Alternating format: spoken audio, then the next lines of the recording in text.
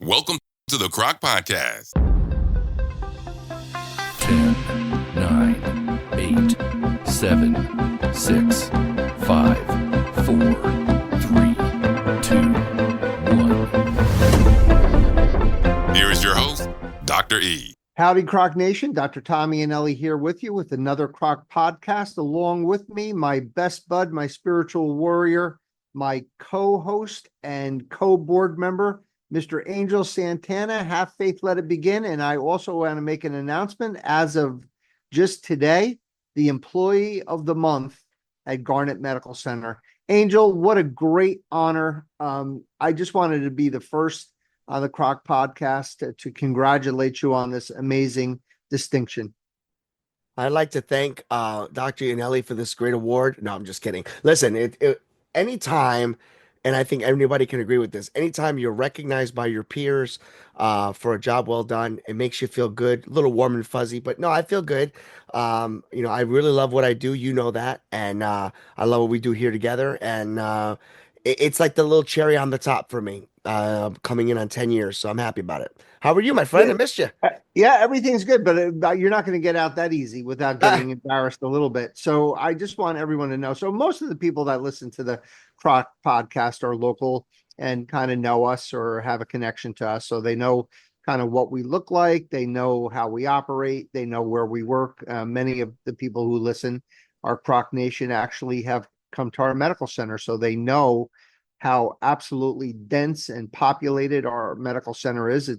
Even though it's a community hospital, there's many hundreds and hundreds of people that work in that structure to give wonderful care to our patients in the Hudson Valley. And to get that distinction, Angel, of being the Employee of the Month is really remarkable. And it's not like, when you go into a fast food restaurant and you see, the employees of the month are Joe Blow and Susie Q and all these things, because there's only 6 of them.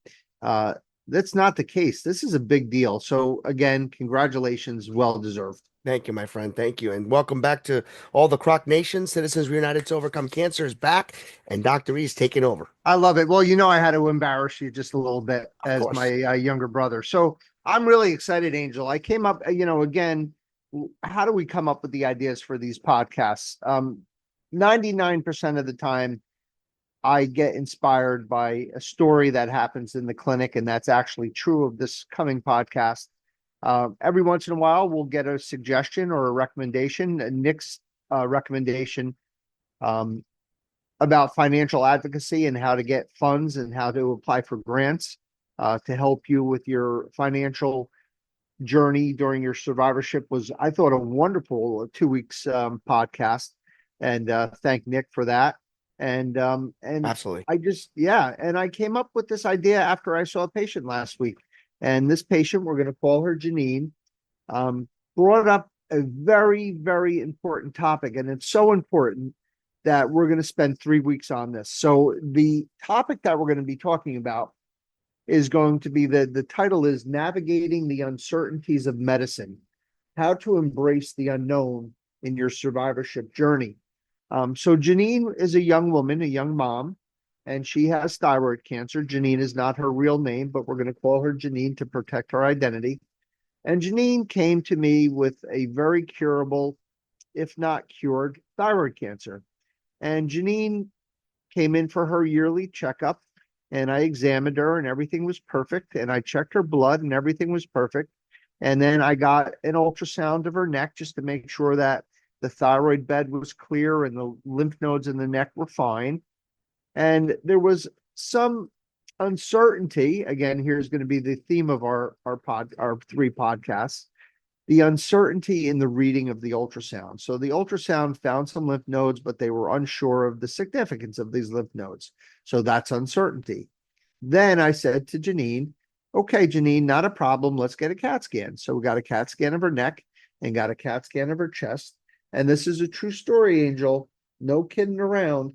The way that the radiologist read this report was there are no masses and no abnormalities, but this patient is high risk for neoplasm or a high risk for cancer. So the radiologist who read that might as well have just said to Janine, because this is the way she read it, the patient, me, is at high risk for death. How that radiologist came up with that sentence completely baffled me. And that was what inspired me to look into the subject of uncertainty. So there's going to be 3 podcasts. This is the first. Today, we're going to be just talking about the general concept of uncertainty in medicine.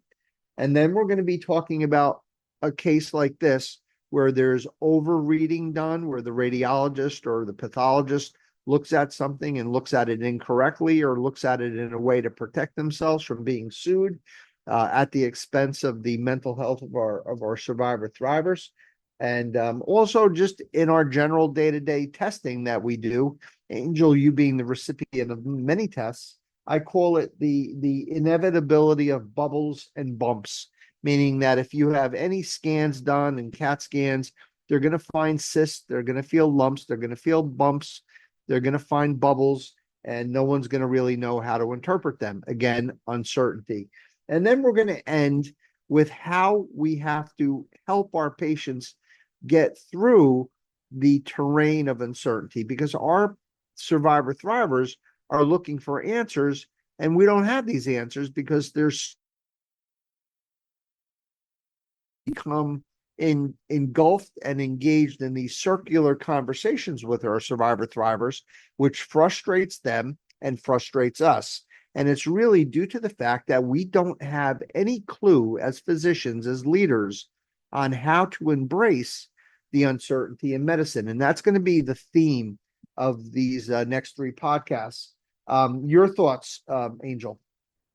I find it fascinating, though, that, and I know that I'm jumping a little bit ahead, but I'm still stuck on the whole report and how that comes out. You know what I mean? Because I'm assuming that everybody has a patient portal these days, and I don't know if that patient, that's the first thing I'm thinking about is, did the patient read this?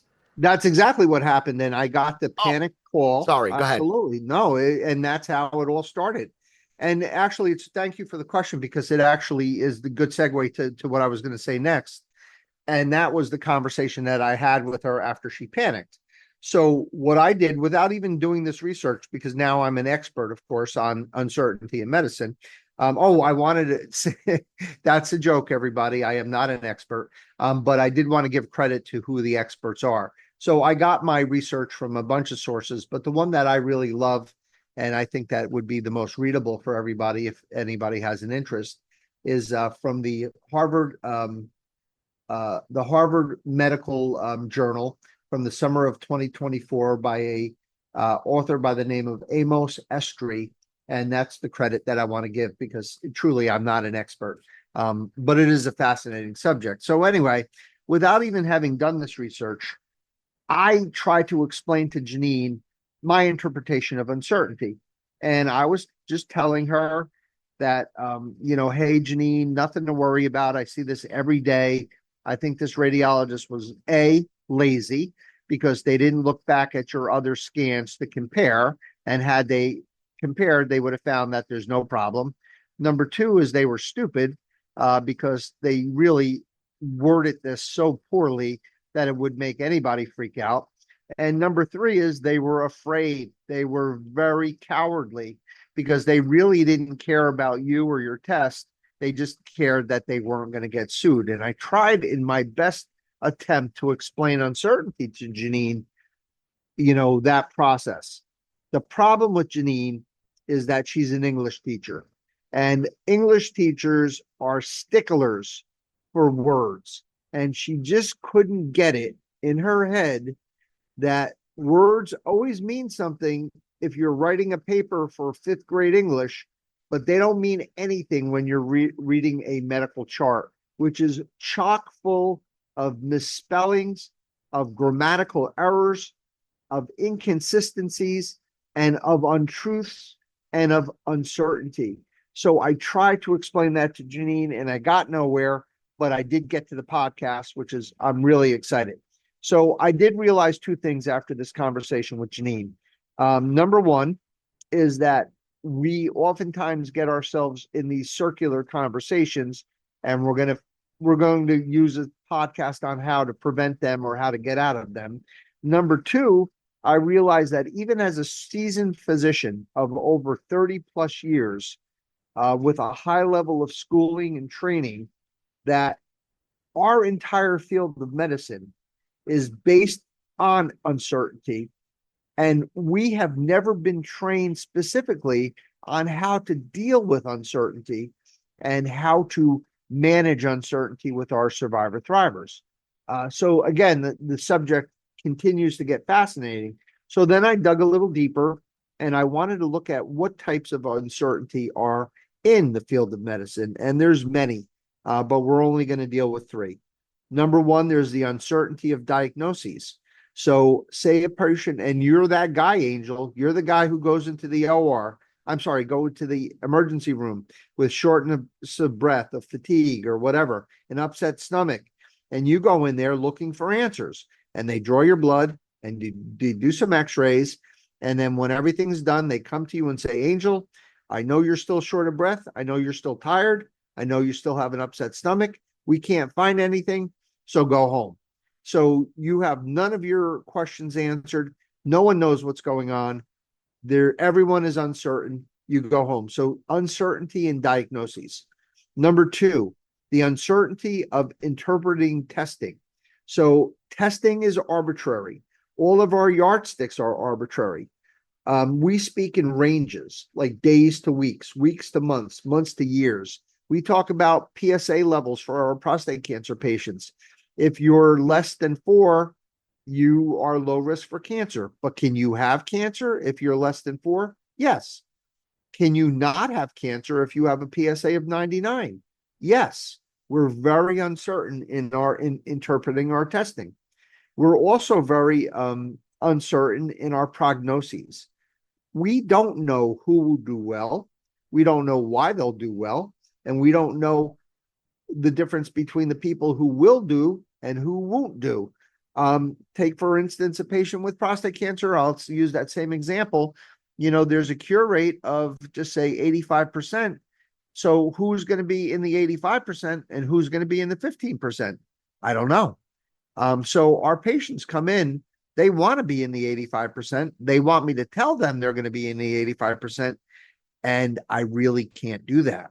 So they feel frustrated. I feel frustrated because I'm still in denial about the fact that my entire field is steeped in this sea of uncertainty. And I think the number one reason, Angel, in my opinion, why uncertainty in medicine has been ignored and not studied. Actually, I'm not going to tell you. I'm going to ask you to see if you know. I'm going to give you a chance of winning another prize tonight. That'll be 2 in one day. Oh, man. What do you think is the number one reason? I'm playing Family Feud. Okay, go ahead. You got. What's your guess? Wait, ask me. You got me all nervous. You asked me the question again. Okay. What's the number one reason why uncertainty in medicine has been ignored and not studied? Uncertainty in medicine has been ignored because of not being able to address the patient accurately? Sort of. I was going to say, in my opinion, it's a little different. I think it's because as the physician, as the doctor, patients expect us to have the answers. We are oftentimes we have that ability, and the skill to save a life. So all of those shows you guys watch on TV, my wife being one of them, watches all those shows about emergency rooms and how patients come in with like axes in their head, or they're spurting blood from their carotid arteries or whatever they're doing.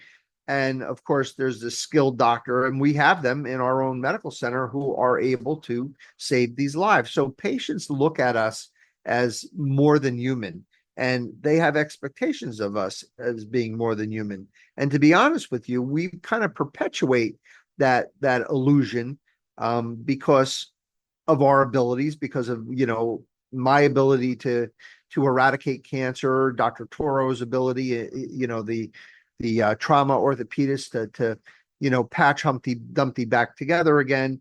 Our abilities give us that sort of presence. And number two is, and hopefully this is not me, is sometimes we perpetuate this by our attitudes. Sometimes we are a little standoffish, we're a little arrogant, we're a little holier than thou, we're the smartest people in the room.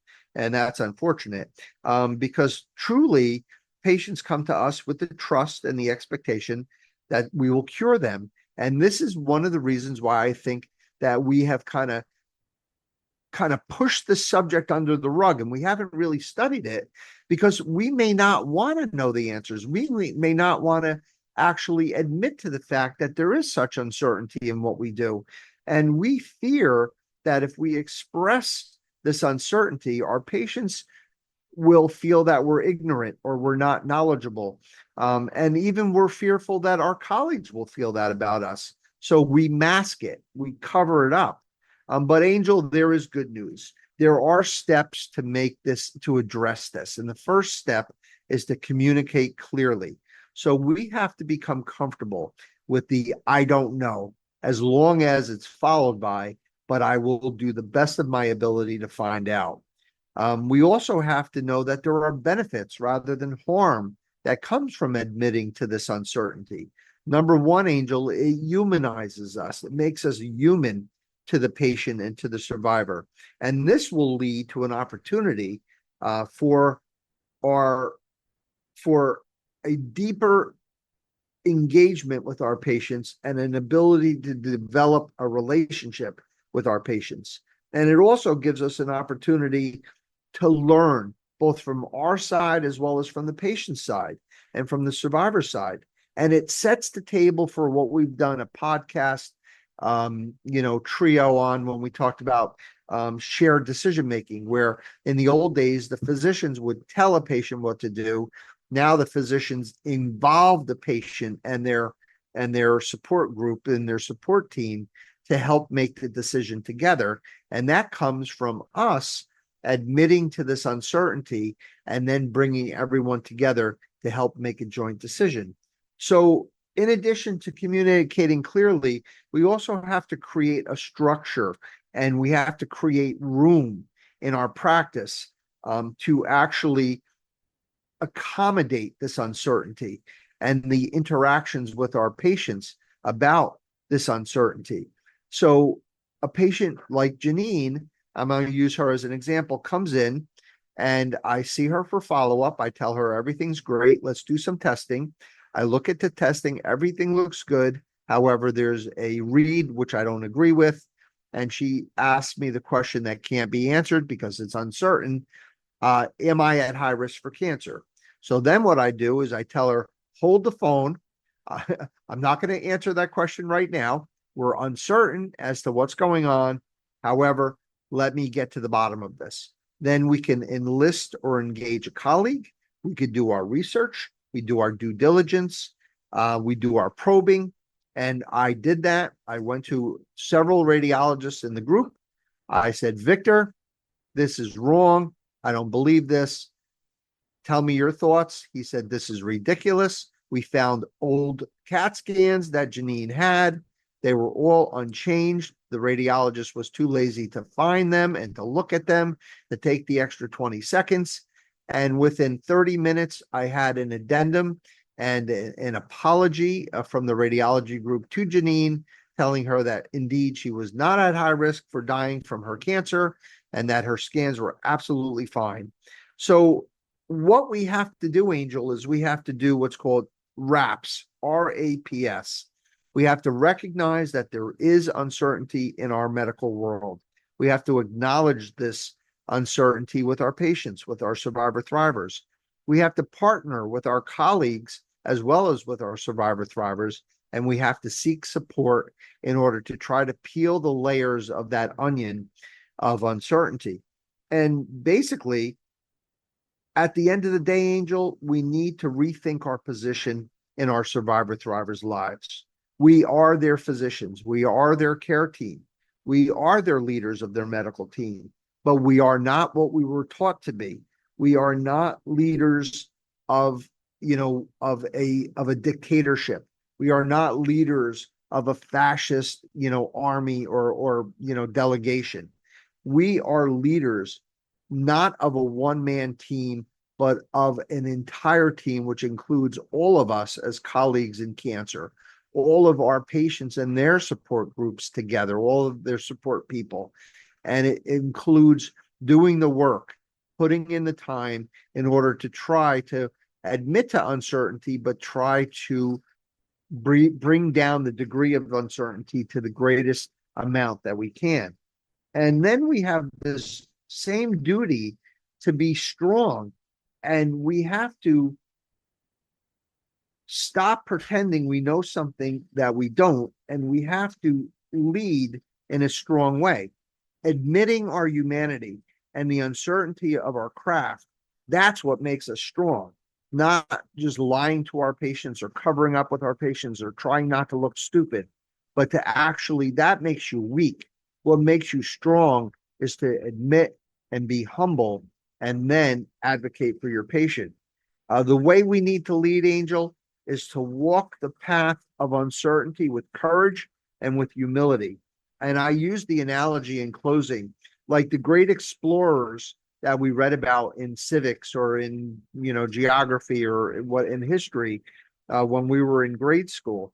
These were explorers and adventurers who were leading dozens, if not hundreds, of men and women on the pursuits of discovery. And they didn't say, hey, I know that America is right over this crest. They thought they were going to just fall off, off the end of the earth. They didn't know the earth was round.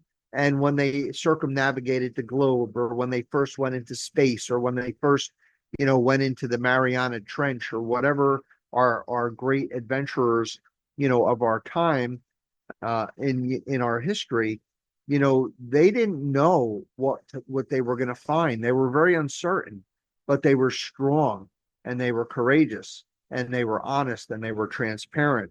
And that led to the discovery of the new worlds, of the discovery of space, the discovery of the deep seas, and also of the triumph of man's ingenuity and man's knowledge. And I think that as leaders, as physicians, this subject of uncertainty is so fascinating. I can't wait to get to podcast 2 and podcast 3 to further discuss. Angel, Santana, your thoughts? I have a two-part question today rather than a final thought. The first question is, speaking about Janine, we said Janine, when I know that as a patient myself, we get our results, right? We get the results of diagnostic imaging or any type of results.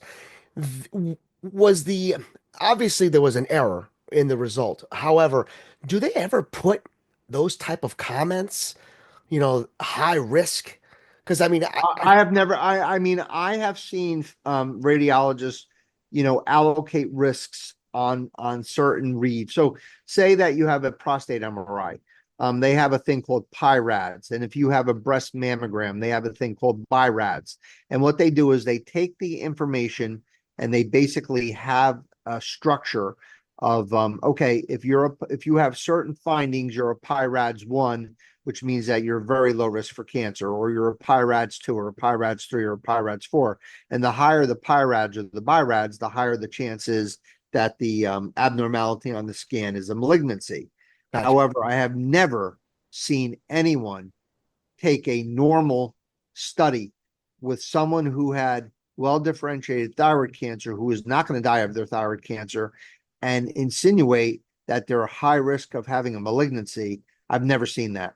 And in my opinion, I appreciate the opportunity that physician gave me, to delve into the subject to help our CROC Nation, deal with this problem of uncertainty.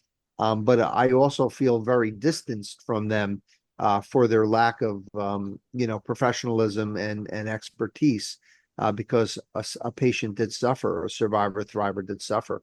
Right. And now, and it's a great segue to my second question is, you talked about having risks of having a results or research indicating that you could be at high risk for cancers.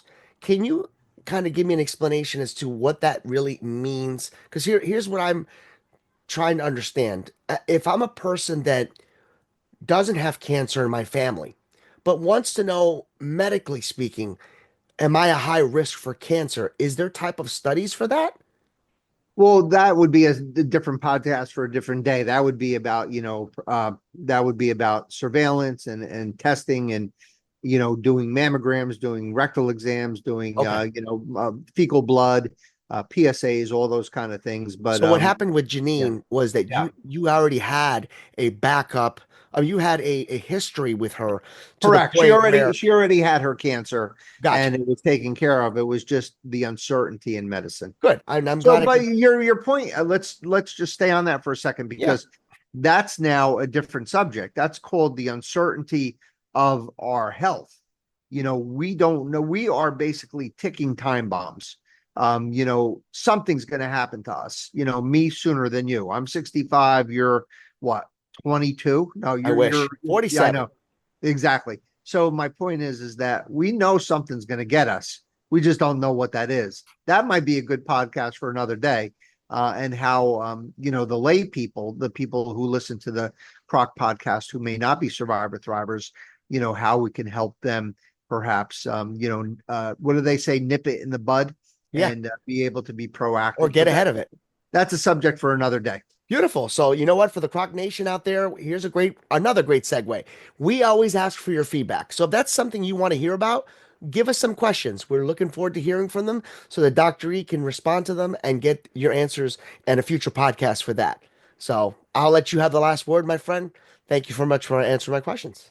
Oh, my pleasure. And again, much congratulations to you, Angel, on behalf of the board of directors and of our entire CROC Nation. And the way I end it, I always end on our CROC prayer.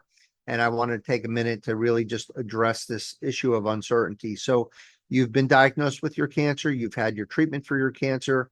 You're doing fantastic. You're feeling back to normal or close to normal or new normal. And you go through the testing and you're very nervous.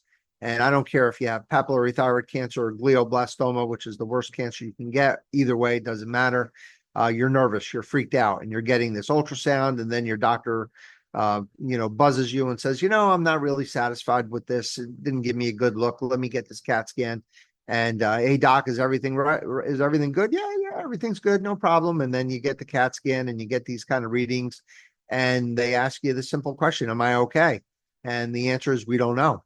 We need to do some more digging. The key is to let you guys know that we need, as your doctors, as your leaders, we need to be comfortable with not knowing. As long as that leads to the second part is that we could be uncomfortable. We can be comfortable without knowing what's going on now, but we're going to do the best we can to dig for you so that uncertainty becomes minimized, if not resolved. So here is my prayer to end today's podcast.